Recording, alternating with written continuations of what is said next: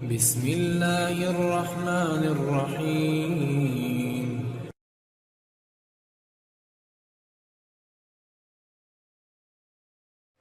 اگر شیطان بننا نہیں چاہتے تو پروردگار عالم کو سجدہ کر۔ اور یہ مکتب اہل بیت میں مٹی پہ سجدہ کیوں کروایا جاتا ہے؟ اور مستحب ناک کے نیچے بھی کیا رکھو؟ سجدگاہ رکھو۔ ادنا ترین چیز ہے مٹی، اس مٹی کو سجدہ کرواتا ہے، ناک کو مٹی سے رگڑواتا ہے تاکہ بندے کے وجود سے تکبر ختم ہو جائے۔ جب تکبر ختم ہوتا ہے تو حکومت عقل کے اندر بندہ داخل ہو جاتا ہے۔ کہ معصوم نے کہا کہ گناہ تکبر کی نشانی ہے، کہ خدا کہے نہ کر، بندہ کہے تجھے جو کرنا ہے کر، میں تو گناہ کروں گا، تو یہ کس کی نشانی ہے؟ تکبر کی۔ صلوات پڑھے محمد و آل محمد۔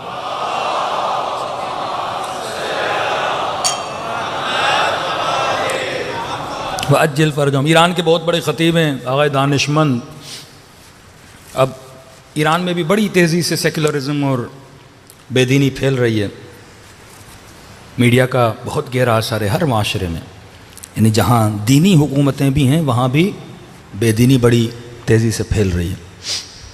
آغا دانشمند کہتے رمضان کا مہینہ تھا، اب رمضان ہے، بندہ روزہ نہ بھی رکھے تو روزے کا احترام کرنا پڑتا ہے۔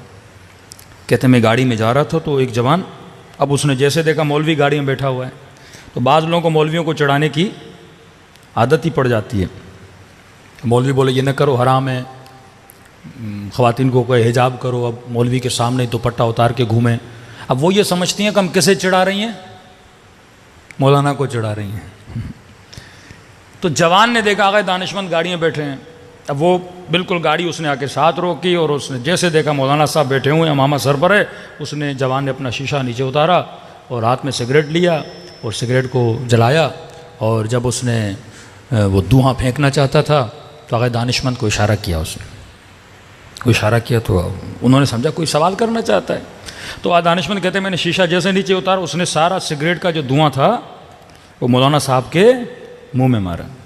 اب آگے دانشمند بھی تھوڑے نوجوانوں کے بڑے مشہور خطیب ایران میں، تو وہ تھوڑے مسکرائے، تو انہوں نے کہا دیکھ دوبارہ دھواں کھینچ، اور اس بار تھوڑا زیادہ کھینچنا، اس نے کہا۔ وہ جوان پریشان ہو گیا، یہ مولوی ناراضی نہیں ہو رہا، اوپر سے کہہ رہا ہے اور دھوئیں کے لیے پھونک مار۔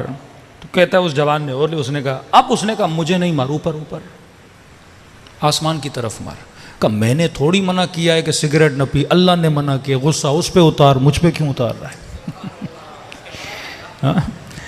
منبر سے جو تبلیغ دین ہوتی ہے یہ میری بات تھوڑی ہے بندہ خدا، یہ حکم علی ابن ابی طالب ہے، یہ حکم پروردگار عالم ہے۔ یہ آیت قرآن کی مومنون بعضهم اولیاء بعض، کسی عالم سے تفسیر پوچھی کہ مومنین بعض مومنین پر ولایت رکھتے ہیں، اس کا مطلب کیا ہے؟ ولایت اس امیر المومنین کی ہے نا، یہ کیا ہے کہ مومنین بعض مومنین پہ ولایت رکھتے ہیں؟ تو غالباً آغا قراتی فرماتے ہیں اگر کوئی 6 سال کا بچہ بھی تمہیں امر بالمعروف کرے، مثلا تو نماز نہیں پڑھ رہا، روزہ نہیں رکھ رہا، یا کوئی فعل واجب یا فعل حرام کو انجام دے رہا ہے، اور وہ بچہ تجھے بولے کہ آپ غلط کر رہے ہو یہ نہ کرو، فرمایا اس وقت اس 4 سالہ بچے کی بھی تیرے اوپر ولایت ہے، کیونکہ جو کہہ رہا ہے وہ اپنی بات نہیں کر رہا، وہ خدا کی بات کر رہا ہے۔ مومنین بعض مومنین پہ ولایت رکھتے ہیں۔ باپ اگر کچھ بولے دین کی بات، مولانا کچھ بولے، کوئی مومن ہی تمہیں بول دے بندے خدا جھوٹ نہ بول گناہ، اس وقت وہ ایسے ہی تیرے اوپر ولایت رکھ رہا ہے جیسے علی ابن ابی طالب، کیونکہ وہ اپنی بات نہیں کر رہا، کس کی بات کر رہا ہے؟ دین کی بات کر رہا ہے۔ یہاں مسئلہ دین ہے۔ وما خلقت الجن والانس الا لیعبدون، ہم نے انسان اور جنوں کو خلق کیا تاکہ کیا کریں؟ اللہ کی۔ پچھلے سال اسی آیت کو میں نے موضوع عشرہ بنایا تھا، اور عبادت سے مراد معرفت ہے، اور معرفت بغیر عقل کے انسان کو مل نہیں سکتی۔ صلوات پڑھے محمد و آل محمد پر۔